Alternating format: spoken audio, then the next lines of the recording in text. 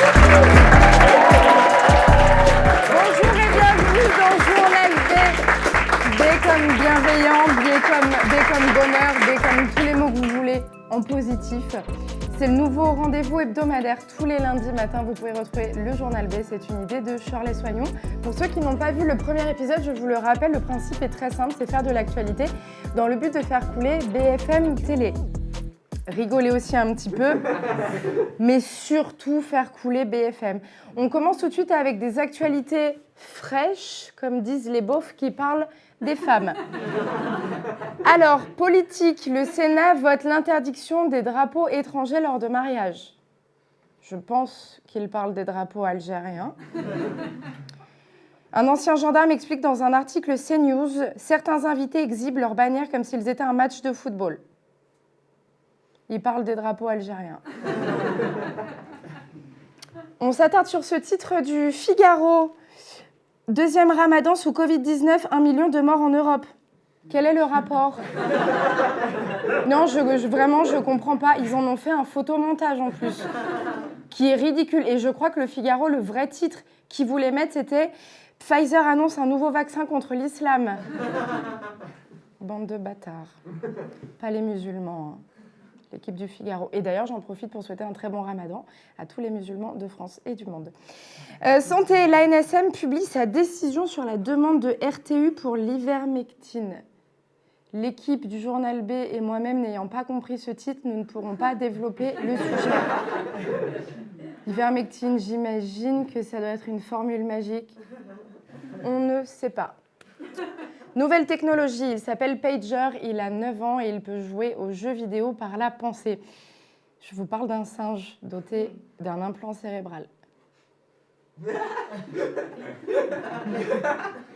Voilà, donc on est d'accord que ce n'est pas normal. Non, j'ai eu peur, personne ne réagissait. Alors, à votre avis, qui est derrière tout ça? Le zoo de Maubeuge? Elon Musk? Kiki le singe ou Gérard Jugnot? La réponse était Elon Musk, contre toute attente. Alors regardons son œuvre. As you can see, Pager is amazingly good at mind pong. Donc on dirait qu'il est en train de tirer sur une chicha et en fait pas du tout. On lui envoie du smoothie banane à chaque fois qu'il réussit. Est-ce qu'on peut arrêter avec les singes, là? C'est de la maltraitance. Déjà, il y a 50 ans, Pong, c'était pas terrible. Mais là, je sais pas, et c'est peut-être Mario Kart. Ça serait peut-être plus sympa. En plus, vous lui donnez du smoothie banane à chaque fois qu'il réussit. Évidemment qu'il va continuer. Demandez à un humain, proposez-lui de la morphine. Oui, moi, tu me proposes de la morphine, je joue à Pong. Je fais même le démineur. Sans souci. Elon Musk qui veut coloniser Mars, qui maintenant implante une puce dans le cerveau d'un singe, est-ce que tu veux pas te calmer 2 minutes? Ne veux-tu pas prendre des RTT? Parce que là, tu es quand même au bord du burn-out. Tu devrais peut-être en parler à ton patron. En plus, c'est assez simple puisque c'est toi. C'est quoi la... On change de caméra? Merci. Ça, c'est à chaque fois que je vais bugger...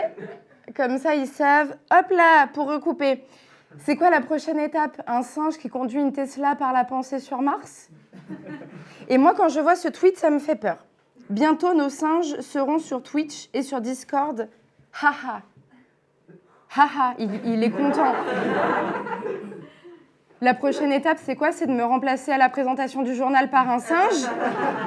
Moi, je trouve que ça ressemble beaucoup au début d'un film très connu. Et je ne veux pas vous spoiler, mais ça finit pas bien du tout.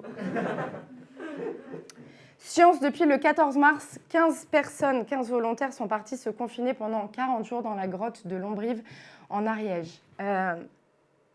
Le confinement à la maison, ça ne vous a pas suffi? Là, vous voulez faire un niveau 2 en milieu hostile? Quelle est la prochaine étape? Dans un volcan? Au fond de l'océan Pacifique? En Corée du Nord?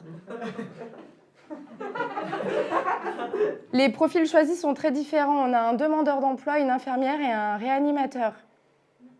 Étaient-ils en burn-out? Seront-ils requinqués après cette expérience? Nous le saurons d'ici quelques jours, dès que ce sera terminé. Merci.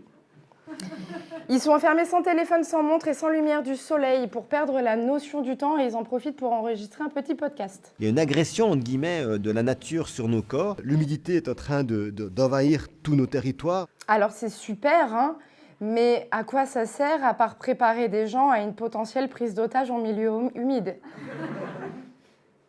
Je n'ai pas compris. Le but de l'expérience est d'étudier les capacités d'adaptation à des groupes de personnes lors de confinements extrêmes. Et ben voilà, hein, je crois que c'est officiel, ça plus Mars, on est vraiment en train de nous préparer à l'apocalypse. Yes!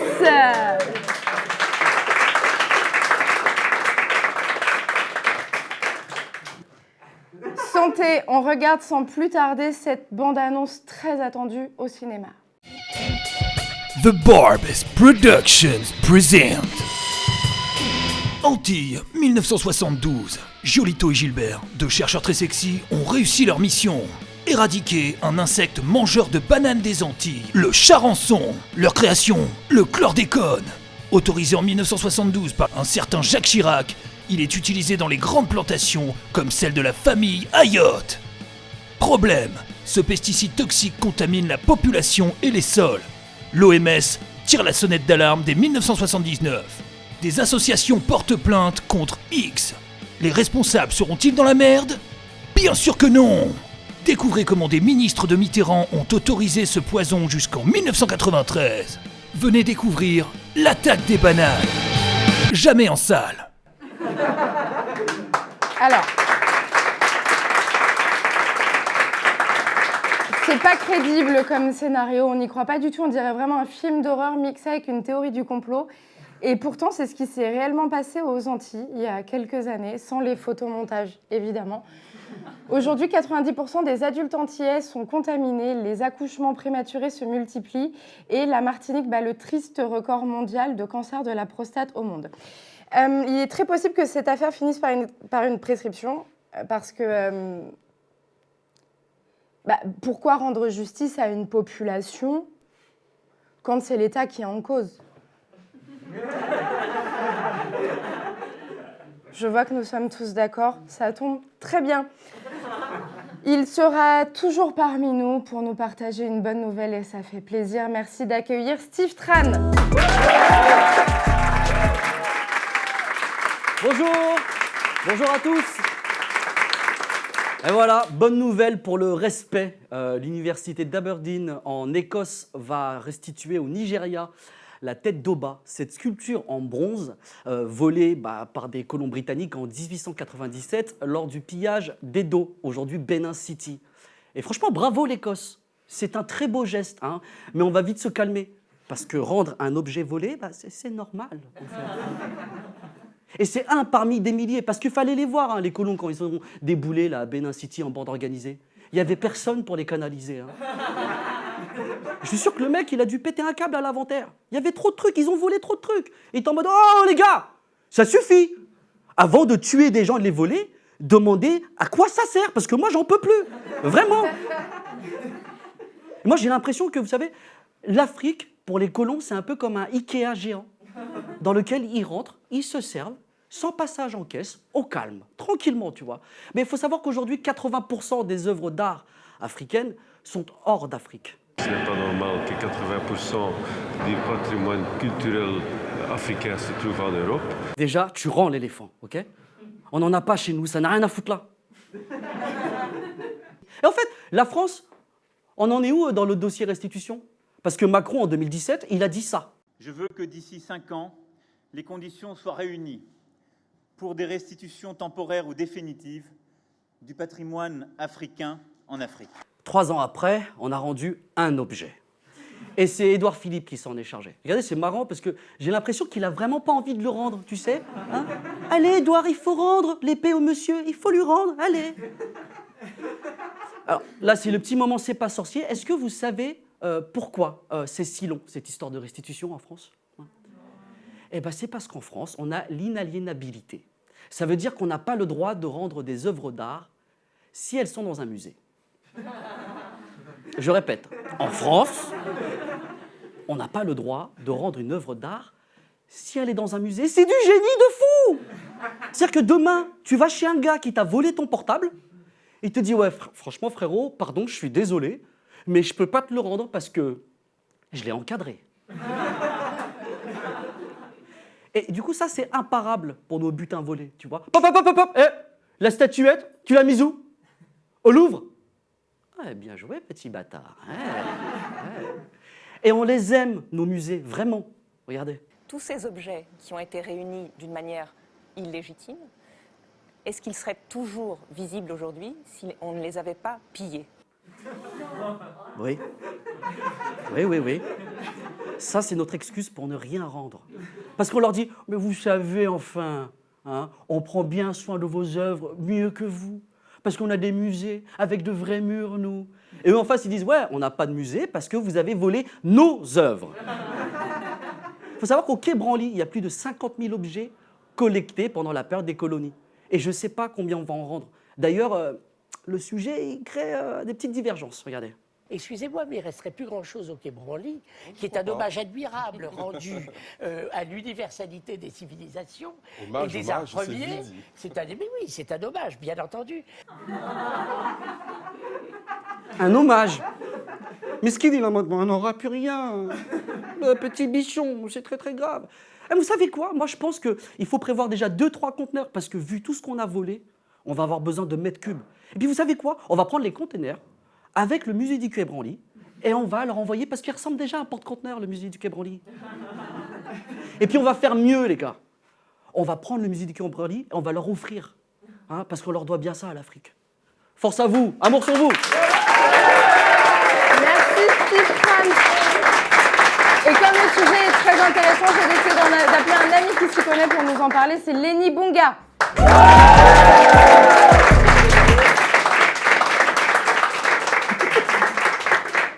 Comment ça va, Lenny? Bien, et vous? Ça va très... Ah, vous vois? Non, vous. Ah, tout le monde. Lenny, comment t'as vécu l'année dernière, là? Le confinement? Ouais. Ça n'a rien à voir avec le sujet, c'est pour intéresser les gens. Ah non, c'est ma vie de tous les jours, ça, le confinement, mon gars. C'est ta vie de tous les jours. Ah, je te jure. On m'invite jamais, donc ça va pas changer. Et ben, donc là c'est super, du coup, t'es invité quelque part. Pas grave. Et justement, pendant le premier confinement, tu as commencé à donner des leçons d'histoire panafricaine. Est-ce que tu peux nous en parler un peu? Ouais, c'est des petits formats vidéo, ça va entre 5 et 11 minutes. La plus longue, je crois qu'elle est à 14 minutes, mais c'est abusé, quoi. C'est un court-métrage, le truc. Je te jure. Et en gros, ça parle de l'histoire africaine, parce que quand tu parles d'histoire africaine, les gens pensent que ça parle qu'aux Africains ou au Nord. Et je pense que c'est une histoire universelle et que tout le monde peut se l'approprier et l'écouter, en tout cas. Ouais, complètement. Et tu as fait justement une leçon sur les restitutions des œuvres. Exactement. Voilà. ouais, j'ai fait une leçon. Et d'ailleurs, j'ai vu l'image d'Édouard Philippe qui rend l'épée. C'est très drôle parce que c'est pas une épée africaine, ça qu'il faut comprendre. C'est une épée qui appartient à un général africain, mais qui a été faite en Alsace. Donc, tenez, on vous rend ce qu'on a fait. Ah, merci. Et je crois qu'il y a beaucoup de Français qui ne se rendent pas compte que ça serait bien aussi de restituer ces objets. Ça serait bien pour plusieurs raisons. Déjà, c'est bien parce que on est toujours en train de dire que l'Afrique est à la peine, mais comment tu veux que ces peuples se créent s'ils ne connaissent pas leur histoire? Moi, dans mes souvenirs de cours d'histoire, alors évidemment, on a vu les civilisations égyptiennes, tout ça, mais sinon, tout ce qu'on nous a appris, c'est que sans nous, l'Afrique ne serait rien. Bah avant, on était de l'IA dans l'IAN et tout. On peut leur dire. Ouais, c'est ça. Et vous êtes arrivés, merci beaucoup. De rien. Sinon, on serait en train de manger. Non, mais tu vois ce que je veux dire. Il y a quelque chose dont tu voulais nous parler aujourd'hui en particulier? Je ne sais pas si vous vous souvenez de Stéphane Bern qui nous montre une statue de la reine Tilly, donc il y a très longtemps, genre c'est moins 2000 ans avant Jésus-Christ, 2500 ans avant Jésus-Christ. Et il dit non, mais si la statue est noire, c'est parce que le bois a patiné. Tu fais d'accord. Tu fais d'accord, et les cheveux frisés, c'est parce que le bois a patiné aussi. Les grosses lèvres, c'est parce que le noir. Est-ce que tu as des choses à dire sur le discours de Macron à Ouagadougou en novembre 2017? Je pense que c'est. Comment on appelle ça? C'est un legs colonial. C'est-à-dire que tu regarderas, là on parle de Macron, mais tu regardes tous les présidents qui sont partis en Afrique, à chaque fois qu'ils y vont, il y a ce côté un peu paternaliste, ce côté de nos petits-enfants africains, on va bien. Tu vois, là on te dit, genre, on va vous rendre vos œuvres d'art, Et on te parle de musées, sauf que je ne sais pas s'il y en a qui sont déjà allés en Afrique, au Sénégal. Il y a un musée qui s'appelle le musée des civilisations nègres, je crois. Ouais. Et ce musée est immense. Okay, il fait peut-être 5-6 fois le Quai Branly. Et il a largement les moyens d'accueillir ces œuvres d'art. Et là, je te parle du Sénégal, mais il y en a dans tous les pays. Et ça serait bien, encore une fois, d'enlever notre voile colonial, parce qu'il est toujours là en vrai. Même moi, hein, je vous dis ça, souvent quand on parle de colonisation ou de décolonisation, on pense que c'est un truc que les Blancs devraient se décoloniser, je pense pas. Je pense que c'est un truc où on a tous été colonisés. Genre que autant nous, on a été colonisés physiquement, mais en Europe, ils ont été colonisés mentalement. Alors qu'on nous a fait croire des choses, encore aujourd'hui, on nous fait croire des choses, on nous fait lire des trucs dans les livres d'histoire, et on se pose pas réellement la question, parce que nous, on se dit c'est l'école. L'école, c'est forcément la vérité. Et en fait, je pense qu'on a tout ce truc à revoir. Quand on parle de décolonisation, c'est vraiment un truc en général. C'est la planète entière qui doit se décoloniser, parce que la planète entière s'est fait coloniser. Moi, je pense que c'est vraiment au peuple, tu vois, autant au peuple d'Afrique que d'Europe, de faire le pas en avant, de comprendre que on a tout à gagner à apprendre chacun l'un de l'autre. Et d'apprendre. Et c'est pas une honte de se dire on a fait des erreurs, c'est pas grave. Tu vois, c'est pas une honte. Au contraire, ça va faire avancer la chose 10 fois plus vite, 15 fois plus vite. Et ça sera mieux pour les générations de demain, clairement. Parce qu'on pense pas à nos enfants actuellement. Tu vois, on pense réellement à ce qui se passe maintenant, mais on pense pas à nos enfants, et ça, c'est bête. Parce que c'est eux qui vont subir ce qui va se passer, clairement. Ouais. C'est très sage, Lenny. Ah, je suis un ancien.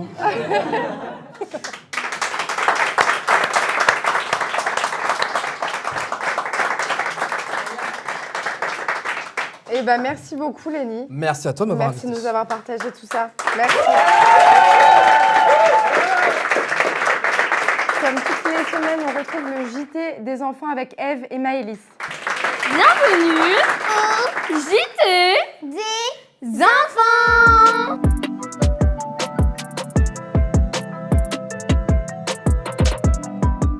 Le trésor du Nigeria. L'Écosse a rendu un trésor au Nigeria qui devait lui rendre il y a très longtemps. Ah, donc ça veut dire que je peux garder la console que j'ai empruntée à Mathias et lui rendre dans très longtemps, c'est pas grave? Bah, si tu l'as volé, techniquement, c'est déjà grave. Ah, bah dommage pour Mathias. Des goûters clandestins.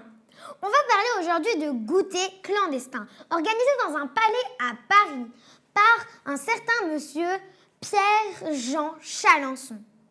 C'est pas bien de faire des goûters clandestins en pleine pandémie, monsieur. Il a un drôle de nom, ce mec, hein. Pierre-Jean Chalençon. Son nom, on dirait un cluster. Pierre-Jean Chalençon. Je crois que j'ai de la fièvre. Oh, je suis toute chaude.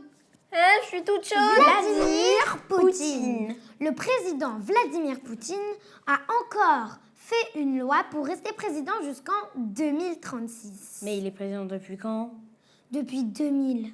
Mais j'avais moins 9 ans. Et là, il va rester président jusqu'en 2036. Il veut pas lâcher le pouvoir.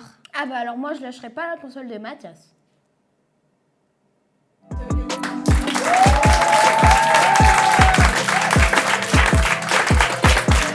Merci, Eve et Maëlys. Moi, je trouve que c'est bien de laisser la parole aux enfants parce que je trouve qu'elles sont...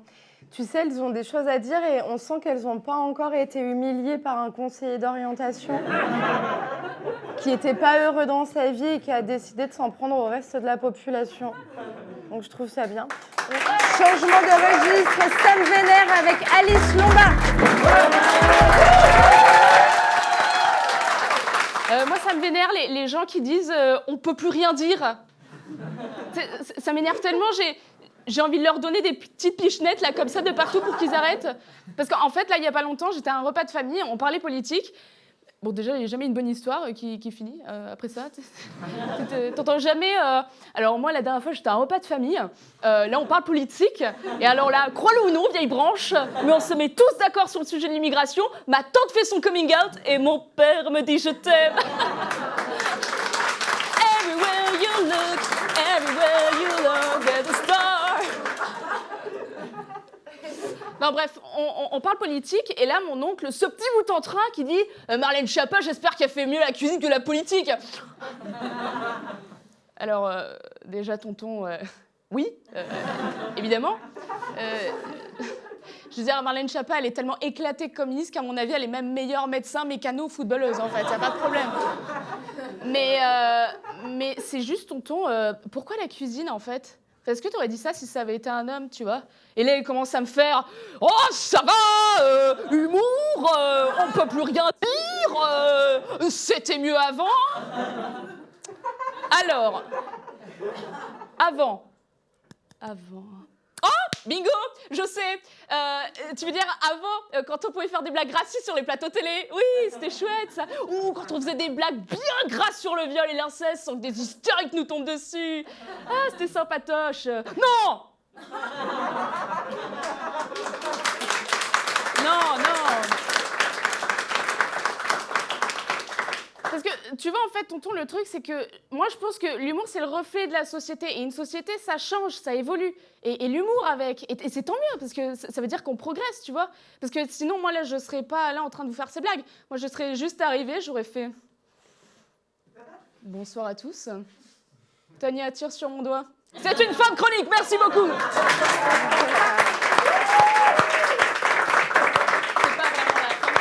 Ah. Mais tiens d'ailleurs, tonton, toi qui adores Michel Leb, parlons-en. Est-ce que finalement c'était vraiment, c'était que Michel Leb le problème? Parce que je veux dire, on l'a quand même laissé faire ses sketchs, tu vois.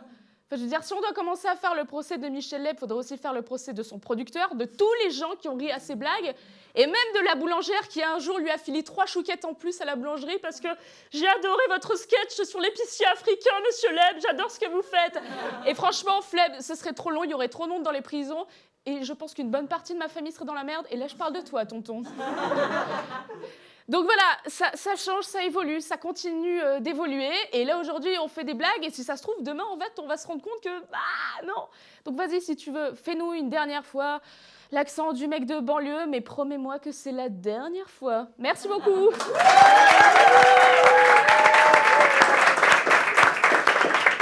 Alice Lombard. Moi, ce qui me vénère, c'est les gens, quand tu leur demandes leur âge et qui te disent « À ton avis, j'ai quel âge ?»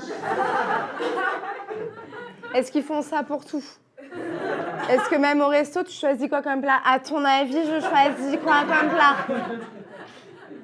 Alors, je sais pas, mais je suis à 2 doigts de te souhaiter une intoxication alimentaire. Ça me fatigue. Merci à tous. L'émission touche à sa fin. Merci à tous, merci à vous d'être venus, merci à vous d'avoir regardé. Rendez-vous tous les lundis matin. Merci à Charles Soignon, merci à toute l'équipe technique, merci à Steve Fran, Alice Lombard. Abonnez-vous à la chaîne YouTube du Barbès Comedy Club, regardez toutes les vidéos et n'oubliez pas que plus de temps vous passerez à regarder les vidéos du Barbès Comedy Club, moins de temps vous passerez sur BFM Télé. Ça, c'est une excellente nouvelle. Merci.